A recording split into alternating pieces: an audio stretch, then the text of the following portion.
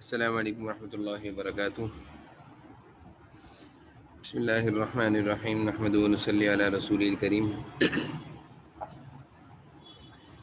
جناب نبی کریم صلی اللہ علیہ وسلم کی سیرت مبارکہ کا سلسلہ الحمدللہ چل رہا ہے۔ گزشتہ درس میں نبوت کے ملنے کے جو واقعات تھے مختصر انداز میں الحمدللہ بیان ہوئے تھے۔ پھر گزشتہ درس میں نبوت ملنے کے بعد آپ صلی اللہ علیہ وسلم نے خفیہ طور پر دعوت و تبلیغ کا کام شروع کر دیا تھا۔ خفیہ طور پر آپ صلی اللہ علیہ وسلم دین کی دعوت، لوگوں تک اللہ کا پیغام پہنچا رہے تھے۔ پھر قرآن کریم کی 3 آیتیں اتریں جن کی گزشتہ درس میں نے تلاوت کی تھی۔ وَأَنذِرْ عَشِيرَتَكَ الْأَقْرَبِينَ وَاخْفِضْ جَنَاحَكَ لِمَنِ اتَّبَعَكَ مِنَ الْمُؤْمِنِينَ وَقُلْ إِنِّي أَنَا النَّذِيرُ الْمُبِينُ فَاصْدَعْ بِمَا تُؤْمَرُ وَأَعْرِضْ عَنِ الْمُشْرِكِينَ۔ ان آیتوں کے اترنے کے بعد آپ صلی اللہ علیہ وسلم کو ان آیتوں میں اللہ کی طرف سے حکم تھا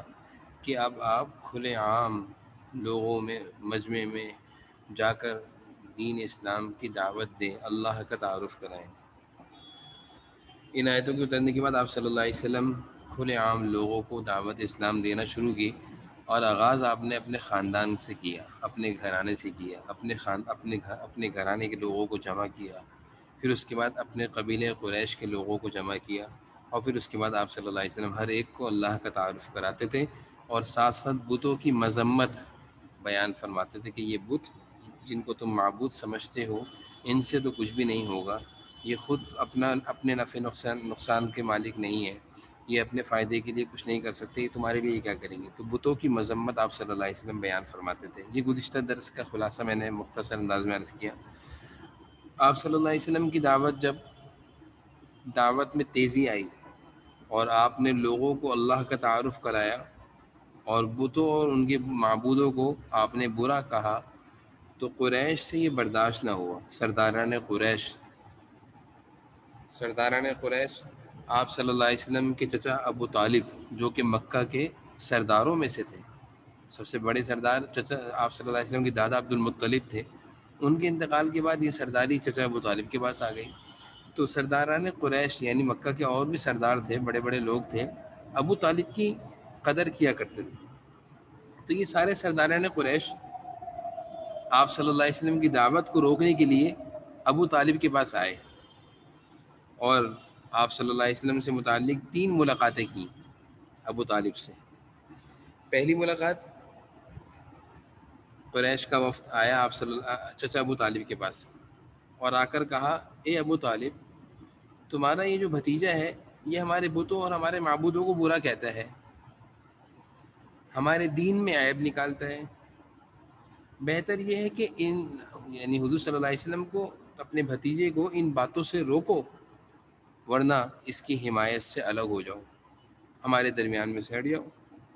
ہم تمہارے خاطر چپ ہیں۔ ابو طالب نے سرداران قریش کی یہ ساری باتیں سنی،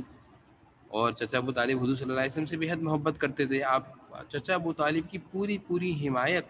اور پشت پناہی کیا کرتے تھے آپ صلی اللہ علیہ وسلم کی۔ چچا ابو طالب آپ صلی اللہ علیہ وسلم کی پوری حمایت بھی کرتے تھے، اور پوری پشت پناہی بھی کرتے تھے، اور پوری آپ صلی اللہ علیہ وسلم کی حفاظت کا سامان بھی کرتے تھے، اور یہی چیز سرداران قریش کو معلوم تھی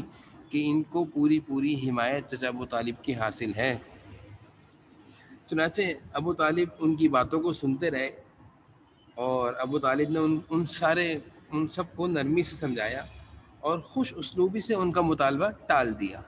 یعنی یہ نہیں کہا میں یہاں روکتا ہوں اور میں تو آپ کی بات کا ایکشن لوں گا، اور میں اپنے بھتیجوں کو سمجھاؤں گا، اور دین اسلام کی بھی وہ دعوت دے رہے ہیں اور دین کا تعارف کرا رہے ہیں، اس سے روک کر، اور میں اس بات سے بھی روکوں گا کہ وہ آپ کے معبودوں کو برا نہ کہیں، ایسا کچھ نہیں کہا، بلکہ ان کو ٹال کے روانہ کر دیا۔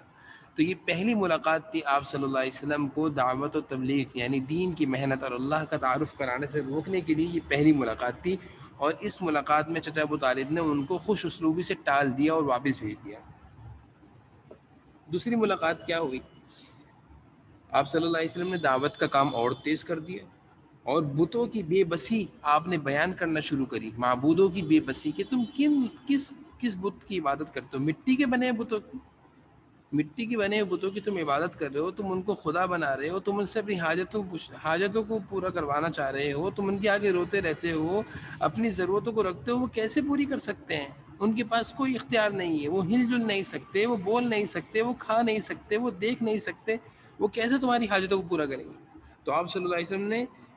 بتوں کی بے بسی کو بہت کھل کر بیان فرمایا۔ یہ حال جب مشرکین نے دیکھا کہ ہم نے ابھی ابو طالب سے بات کری، انہوں نے ان کو سمجھایا نہیں، اب یہ دوسرا وفد آپ چچا ابو طالب کے پاس آئے، اور اب کی دفعہ آ کر کہہ رہے ہیں کہ آپ ہمارے بزرگ ہیں۔ چچا ابو طالب سے مشرکین کہہ رہے ہیں، سرداران قریش، کہ آپ ہمارے بزرگ ہیں، آپ کی وجہ سے ہم خاموش ہیں۔ پہلی دفعہ بھی ہم نے آپ سے بات کی تھی لیکن کوئی نتیجہ نہیں نکلا، پہلی دفعہ بھی ہم آپ کے پاس آئے، آپ سے بات کری لیکن کوئی نتیجہ نہیں نکلا۔ اب آپ ایک کام کریں، یا تو آپ اپنے بھتیجے کو روک دیں، یا آپ ہمارے درمیان اور اپنے بھتیجے کے درمیان میں سے ہٹ جائیں، ہم خود آپ کے بھتیجے سے نمٹ لیں گے۔ چنانچہ ایک روایت میں یہ بھی آتا ہے کہ یہ لوگ ابھی تک یہیں بیٹھے ہوئے تھے، یعنی اپنی گفتگو جاری تھی ان کی، اور چچا ابو طالب کو سرداران قریش برابر زور دے کر کہہ رہے تھے کہ اپنے بھتیجے کو ہمارے حوالے کرو یا درمیان میں سے ہٹ جاؤ، اور بہت یعنی کہ حضور صلی اللہ علیہ وسلم کے بارے میں گفتگو میں بہت سختی لا رہے تھے یہ۔ چچا ابو طالب نے اپنے بیٹے عقیل کو بھیجا کہ جاؤ دیکھو محمد صلی اللہ علیہ وسلم کہاں ہیں، بلا کر لاؤ، میرے بھتیجے کو بلا کر لاؤ۔ جب حضور صلی اللہ علیہ وسلم آئے تو دیکھا کہ سرداران قریش میری شکایتیں لے کر بیٹھے ہوئے، تو چچا ابو طالب نے کفار کا مطالبہ ذکر کیا کہ میرے بھتیجے، میں تمہاری حمایت کر رہا ہوں، اب تک میں تمہاری پشت پناہی کر رہا ہوں، لیکن اب کی دفعہ ان سرداران قریش نے مجھ پر بہت پریشر دیا ہے اور مجھ پر بہت زور دیا، اور ان کا اصرار ہے کہ میں بیچ میں سے ہٹ جاؤں، تو میرا ذرا خیال کرو۔ چچا ابو طالب نے اپنی تھوڑی سی بے بسی اور کمزوری کا اظہار کیا۔ آپ صلی اللہ علیہ وسلم سمجھ گئے کہ اب ایسا لگتا ہے کہ چچا بھی میری حمایت سے ہٹ رہے ہیں اور میری پشت پناہی سے ہٹ رہے ہیں، لیکن حضور صلی اللہ علیہ وسلم کے ساتھ تو اللہ کی مدد تھی، وہ تو اللہ کے نبی تھے، وہ تو اللہ کے بنائے ہوئے پیغمبر تھے، وہ تو اللہ پر بھروسہ کرنے والے تھے۔ حضور صلی اللہ علیہ وسلم نے جب اس چیز کو محسوس کیا تو آپ نے فرمایا کہ آپ جس طرح سورج اپنی روشنی روکنے پر قادر نہیں، چچا سارے سرداران قریش کے سامنے آپ یہ بات فرما رہے ہیں کہ چچا جس طرح سورج نکلنے کے بعد اپنی روشنی روکنے پر قادر نہیں، اسی طرح میں اپنے کام کو چھوڑنے پر قادر نہیں ہوں، میں اپنے کام کو چھوڑنے پر قادر نہیں ہوں۔ یہ بات جب آپ نے فرمائی تو سرداران قریش اٹھ کر چلے گئے، اور ابو طالب نے کھل کر اپنی عاجزی اور بے کسی کا اظہار کیا آپ صلی اللہ علیہ وسلم سے کہ میرے بھتیجے اب تو یہ سرداران قریش یہاں سے چلے گئے ہیں، لیکن میں تمہیں بتاتا ہوں کہ ان کا پریشر مجھ پر بہت ہے، زور بہت ہے، مجھے یہ لوگ بہت تنگ کر رہے ہیں، دبا رہے ہیں تو تھوڑا میرا خیال کرو۔ جب آپ صلی اللہ علیہ وسلم نے دیکھا کہ چچا ابو طالب تو کھل کر اپنی بے بسی کا اظہار فرما رہے ہیں، تو آپ نے ایک تاریخی جملہ ارشاد فرمایا، یہ بڑا عجیب جملہ تھا، اور آپ نے فرمایا چچا اب وہ سرداران قریش نہیں ہیں، آپ نے فرمایا چچا رب ذوالجلال کی قسم، اگر یہ لوگ میرے سیدھے ہاتھ میں سورج اور الٹے ہاتھ میں چاند رکھیں اور مجھے اتنی بڑی دولت دینے کے بعد مجھ سے مطالبہ کریں کہ دعوت اسلام سے رک جاؤ، تو یہ ناممکن ہے۔ اب یا تو اللہ اس دین کو غالب کر دیں گے، یا میں اللہ کے دین کے غالب کرنے میں اپنے آپ کو قربان کر جاؤں گا، یعنی میں خود قربان ہو جاؤں گا، لیکن میں اب اس کام سے رکنے والا نہیں ہوں، اب میں اس دین حق کی محنت سے رکنے والا نہیں ہوں، اب میں حق کو پھیلانے سے پیچھے ہٹنے والا نہیں ہوں، میں حق کی محنت کر رہا ہوں، وہ باطل کی محنت کر رہے ہیں، یہ کیسے ممکن ہے کہ حق پیچھے ہٹ جائے اور باطل غالب آ جائے؟ ایسا ممکن نہیں چچا، میں اب پیچھے نہیں ہٹوں گا۔ تو یہ حضور صلی اللہ علیہ وسلم نے چچا ابو طالب کے سامنے یہ آپ نے گفتگو جب فرمائی، اور آپ کی آنکھوں میں ایک روایت میں آتا ہے آنسو بھی آ گئے تھے، آپ کی آنکھوں میں ایک روایت میں آتا ہے کہ آنسو بھی آ گئے تھے، اور آپ نے روتے ہوئے یہ بات فرما کر جب جانے لگے تو چچا ابو طالب نے جب دیکھا کہ میرا بھتیجا تھوڑا سا غمزدہ ہو گیا ہے، تو چچا ابو طالب نے حضور صلی اللہ علیہ وسلم سے محبت تو بے حد کرتے تھے، بلایا اور پھر فرمایا کہ اے میرے بھتیجے، جو کام تو کر رہا ہے وہ کرتا رہے، جب تک میری زندگی ہے اور جب تک میرے جسم میں سانس ہے میں تیری حمایت کرتا رہوں گا۔ یہ دوسری ملاقات کا نتیجہ ہے۔ اب آپ صلی اللہ علیہ وسلم اپنی محنت میں لگ گئے، اپنے کام میں لگے ہوئے، آپ رکے نہیں۔ آج تو یہ ہوتا ہے نا، ہمیں کوئی حق بات سے روکے دھمکیاں دے تو ہم اس کی باتوں میں آ کر فوراً ڈر جاتے ہیں، پیچھے ہٹ جاتے ہیں، چپ ہو جاتے ہیں، اور ہم اپنی دین پر چلنے سے ہٹ جاتے ہیں، لیکن حضور صلی اللہ علیہ وسلم کی طریقے کو، تعلیم کو دیکھیں کہ آپ صلی اللہ علیہ وسلم نہیں ہٹے۔ اب تیسری ملاقات ہے، اب قریش کا وفد دوبارہ آپ صلی اللہ علیہ وسلم کے حوالے سے پریشان ہو کر چچا ابو طالب کے پاس پھر آیا، اور اب عجیب مطالبہ لے کر آئے، اور سارے سرداران قریش آئے اور چچا ابو طالب سے کہنے لگے کہ اے ابو طالب، تم ہماری کوئی بات مانتے نہیں ہو، اب ہم تمہارے سامنے ایک اپنی پیشکش رکھتے ہیں، وہ یہ ہے کہ تم اپنے بھتیجے محمد کو ہمارے حوالے کر دو، اور ہم تمہیں اس کے بدلے مکہ کے خوبصورت نوجوان، طاقتور نوجوان، صحت مند نوجوان تمہیں دے دیتے ہیں۔ عمارہ بن ولید، مکہ کا ایک نوجوان تھا، اس کا نام تھا عمارہ بن ولید، اس نوجوان کو تیار کر کے لائے تھے کہ چچا ابو طالب، تم اس نوجوان کو اپنے پاس رکھو، اس سے اپنی آنکھیں ٹھنڈی کرو، اس کو پالو کھلاؤ، اس سے اپنے کام لو، اور اپنا بھتیجا سمجھو اس کو، جیسے محمد صلی اللہ علیہ وسلم کو سمجھتے ہو، اور محمد کو نعوذ باللہ ہمارے حوالے کر دو تاکہ ہم ان کو قتل کر دیں، نعوذ باللہ۔ یہ تیسری ملاقات میں ان کا عجیب مطالبہ تھا۔ اور یہ ساری ملاقاتیں کیوں؟ آپ صلی اللہ علیہ وسلم کو ایک دین حق کی محنت سے روکنے کے لیے، اور ایک دین حق کو غالب ہونے سے روکنے کے لیے، اللہ کے دین کو، اسلام کو کی اشاعت روکنے کے لیے ساری ملاقاتیں ہو رہی ہیں۔ چچا ابو طالب نے جب یہ ان کا مطالبہ سنا تو غصہ آ گیا، اور غصے میں کہنے لگے قریش کے سرداروں سے کہ سرداران قریش، یہ کیسی باتیں کرو، یہ کیسے ممکن ہے کہ میں اپنا جگر کا گوشہ، حضور صلی اللہ علیہ وسلم کو چچا ابو طالب کہہ رہے ہیں، میں اپنے جگر کے گوشے کو تمہارے حوالے کروں اور تاکہ تم ان کو قتل کر دو، نعوذ باللہ، اور تمہارے بیٹے کو پالنے پوسنے کے لیے میں اپنے پاس رکھ لوں، اس کو کھلاؤں پلاؤں، اس کو پالوں، اور میرے بھتیجوں کو تم نعوذ باللہ قتل کر دو، یہ کیسے مطالبہ لے کر آئے ہو؟ میں کوئی تمہارا مطالبہ ماننے کو تیار نہیں ہوں۔ تو یہ 3 ملاقاتیں چچا ابو طالب سے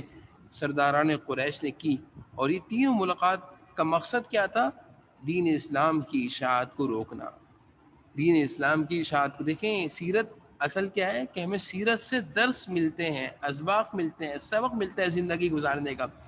کہ ایک باطل کی محنت ہے، ایک حق کی محنت ہے، حق والے اپنی محنت پر باطل سے مقابلے میں ڈٹ جاتے ہیں، رکتے نہیں ہیں، جمے رہتے ہیں، لیکن جو کمزور ہوتے ہیں وہ رک جاتے ہیں۔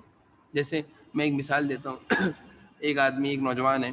اس نے دین کے مطابق زندگی گزارنا شروع کری، شریعت کی حکموں کی پابندی شروع کری، اللہ کے احکامات کی پابندی شروع کری، حضور صلی اللہ علیہ وسلم کے طریقے اور سنت کے مطابق زندگی گزار رہا ہے۔ اب وہ ایک ہے اور سارا خاندان اس کو ملامت کر رہا ہے، ارے یہ تم کیا بن گئے، ارے تم نے کس طرح کی زندگی اختیار کر لی، ارے تم نے یہ کیا چہرے پہ داڑھی رکھ لی، ارے تم کس طرح نماز کے لیے بھاگے پھرتے ہو اور وقت نماز کی فکر میں لگے رہتے ہو۔ تو اگر وہ نوجوان کمزور ہوتا ہے تو وہ کہتا ہے ارے مجھے سب ملامت کر رہے ہیں، میں چھوڑتا ہوں، نماز ہی نہیں پڑھوں گا، اور میں شریعت کی زندگی اور سنتوں کی زندگی چھوڑ دیتا ہوں۔ تو یہ وہ کمزور نوجوان ہے، یہ حضور صلی اللہ علیہ وسلم کی تعلیمات نہیں ہے۔ آپ صلی اللہ علیہ وسلم کو تو اتنا مجبور کیا جا رہا ہے، لیکن آپ صلی اللہ علیہ وسلم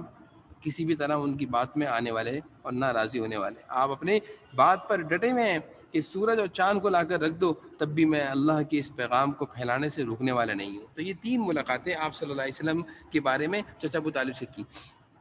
اب جب انہوں نے دیکھا کہ ہماری ملاقاتوں کا کوئی فائدہ نہیں ہو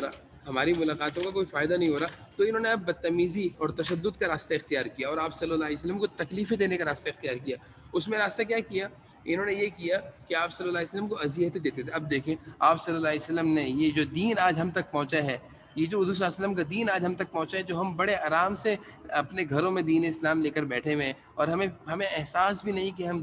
یہ دین کتنی قربانیوں سے اور صحابہ کے کتنی شہادتوں سے یہ دین ہم تک پہنچا ہے، اور حضور صلی اللہ علیہ وسلم نے اس دین کے لیے کیسی کیسی تکلیفیں برداشت کری ہیں۔ ہمارے دلوں میں نہ دین کی قدر ہے، نہ قرآن کی قدر ہے، نہ سنتوں کی قدر ہے۔ ہم سمجھتے ہیں بس بیٹھے بیٹھائے ہم ماں کی گود میں مسلمان پیدا ہو گئے ہیں، اس لیے ہمیں اس کی قدر نہیں ہے۔ اب دیکھیں ایک موقع پر آپ صلی اللہ علیہ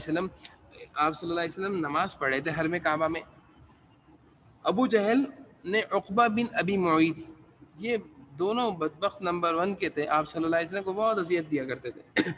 تو ابو جہل نے عقبہ بن ابی معیط سے کہا کہ عقبہ، فلاں جگہ آج ایک اونٹ ذبح ہوا ہے، اس کی اجڑی پڑی ہوئی ہے، تو وہ اجڑی لے کر آ جا کسی طرح، اور حضور صلی اللہ علیہ وسلم کے بارے میں کہا کہ جب یہ سجدے میں جائیں گے نا، ان کی پشت پہ لا کے ڈال دینا۔ چنانچہ عقبہ بن ابی معیط جو پلے درجے کا بدبخت انسان تھا، اس امت کا سب سے بڑا بدبخت عقبہ بن ابی معیط گیا، اور ابو جہل بدبخت کے کہنے پر گیا اور جا کر وہ اجڑی کھینچ کر لایا، یہ اٹھا بھی نہیں سکا، اس کو لایا، اور حضور صلی اللہ علیہ وسلم جب سجدے میں گئے تو آپ کی پشت پر لا کر ڈال دی وہ اجڑی۔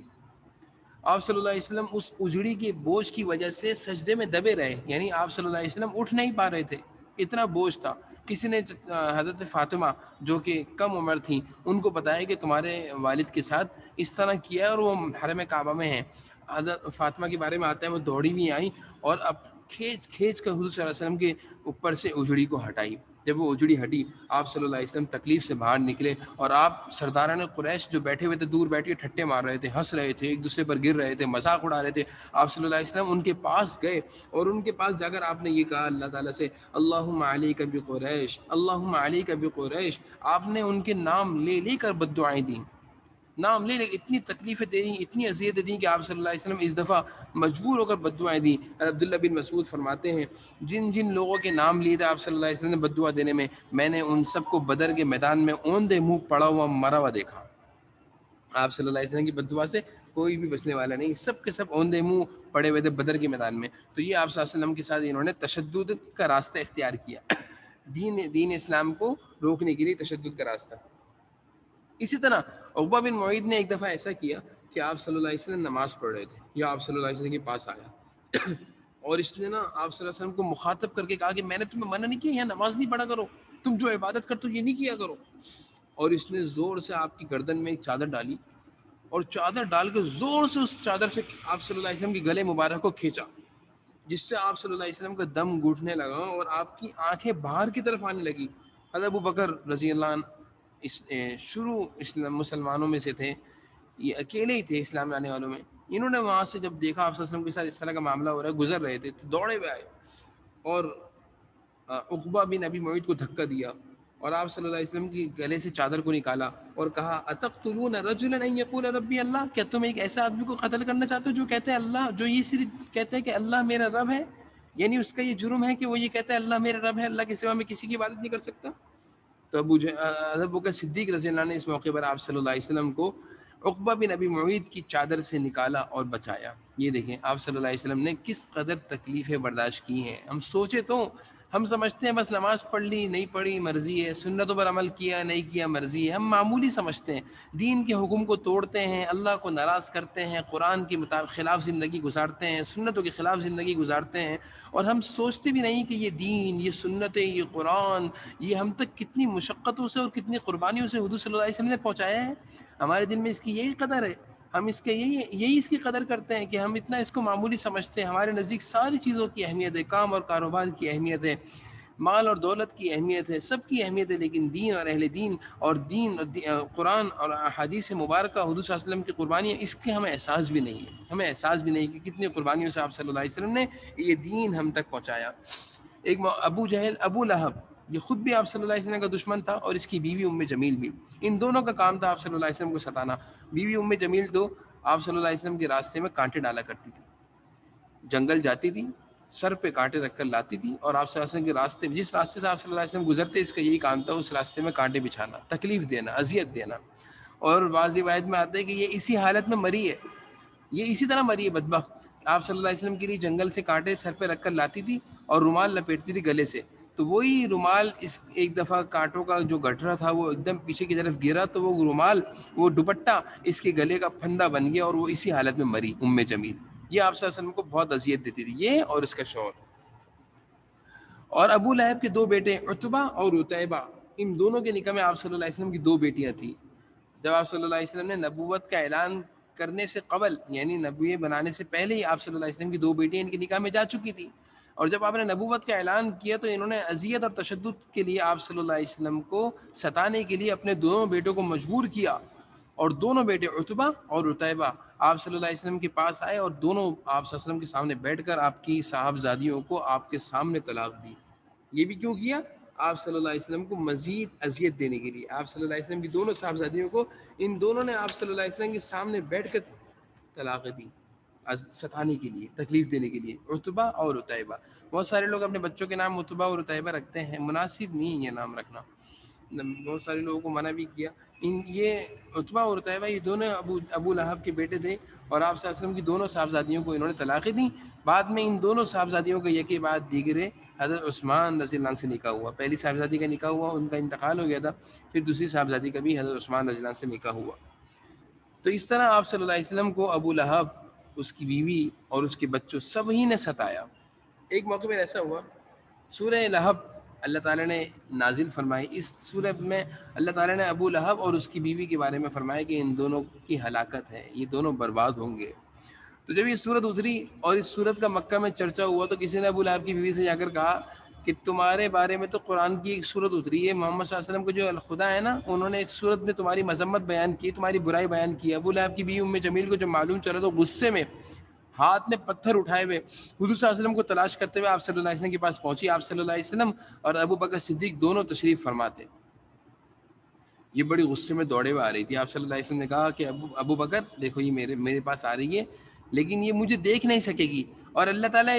اس کا قابو مجھ پر چلنے نہیں دیں گے. چنانچہ وہ دوڑی ہوئی آئی اور غصے میں آ کر حضرت ابو بکر صدیق سے مخاطب ہوئی کہ کہاں ہیں وہ تمہارے ساتھی محمد جو کہتے ہیں کہ مجھ پر ایک صورت اتری ہے اور اس صورت میں میرے اور میرے شوہر کی برائی ہے، میرے شوہر کا برا تذکرہ اور میرا برا تذکرہ ہے. تبت یدا ابی لہب وتب. اللہ تعالیٰ فرما رہے ہیں ابو لہب اور اس کی بیوی دونوں کے ہاتھ ٹوٹ جائیں، دونوں برباد ہو جائیں. اور دونوں برباد ہوئے، بہت بری طرح ان کی موت آئی. یہ تو دنیا کا ان کا برا انجام، اور آخرت میں اللہ تعالیٰ ان کو کس طرح برا انجام ہوگا ان کا. بہرحال تو وہ ابو بکر صدیق رضی اللہ عنہ سے کہنے لگی آ کر کہاں ہیں، میں ان کو پتھر ماروں گی. تو ابو بکر صدیق رضی اللہ عنہ فرمانے لگے کہ ابھی تو یہیں تھے. حضور صلی اللہ علیہ وسلم وہیں تشریف فرمائے ہیں، لیکن اللہ کی شان دیکھیں کہ ام جمیل ابو لہب کی بیوی آپ صلی اللہ علیہ وسلم کو نہیں دیکھ پا رہی. اللہ تعالیٰ حفاظت فرما رہے ہیں. ابو بکر کو حضرت ابو بکر صدیق رضی اللہ عنہ کو دیکھ رہی ہے لیکن حضور صلی اللہ علیہ وسلم اس کو نظر نہیں آ رہے. تو اس طرح آپ صلی اللہ علیہ وسلم کو اللہ تعالیٰ نے ابو لہب کی بیوی کے شر سے بچایا، اس کے شر سے بچایا، اس کی تکلیف سے بچایا. تو آج کی جو ہماری سیرت کی کلاس تھی اس کا اختتام ہوتا ہے، اور اس کلاس میں حضور صلی اللہ علیہ وسلم نے جو دین اسلام کے خاطر قربانیاں اور تکالیف برداشت کی اس کا تذکرہ بھی آیا، اور اس دین اسلام کی اشاعت کو روکنے کے لیے مشرکین مکہ نے، سرداران مکہ نے کتنی ملاقاتیں کی ابو طالب سے کہ کسی طرح یہ دین اسلام کی اشاعت رک جائے، اور آپ صلی اللہ علیہ وسلم کو روکنے کی کتنی کوشش کریں، لیکن آپ صلی اللہ علیہ وسلم کسی بھی طرح ان کے روکنے سے نہ رکے. اور آج آپ صلی اللہ علیہ وسلم کی محنت اور آپ کی قربانی اور صحابہ کی قربانیوں کا نتیجہ ہے کہ آج ہم مسلمان ہیں. اگر حضور صلی اللہ علیہ وسلم اور صحابہ اس طرح کی قربانیاں نہ دیتے تو یہ دین کسی بھی طرح ہم تک نہ پہنچتا. مشرکین مکہ اور سرداران مکہ سے پوری کوشش کر رہے تھے یہ دین یہیں رک جائے، یہیں مٹ جائے، لیکن یہ دین اللہ نے ہم تک پہنچانا تھا، اور اس کام کے لیے صحابہ نے، حضور صلی اللہ علیہ وسلم نے خوب محنتیں اور کوششیں کی. ہمیں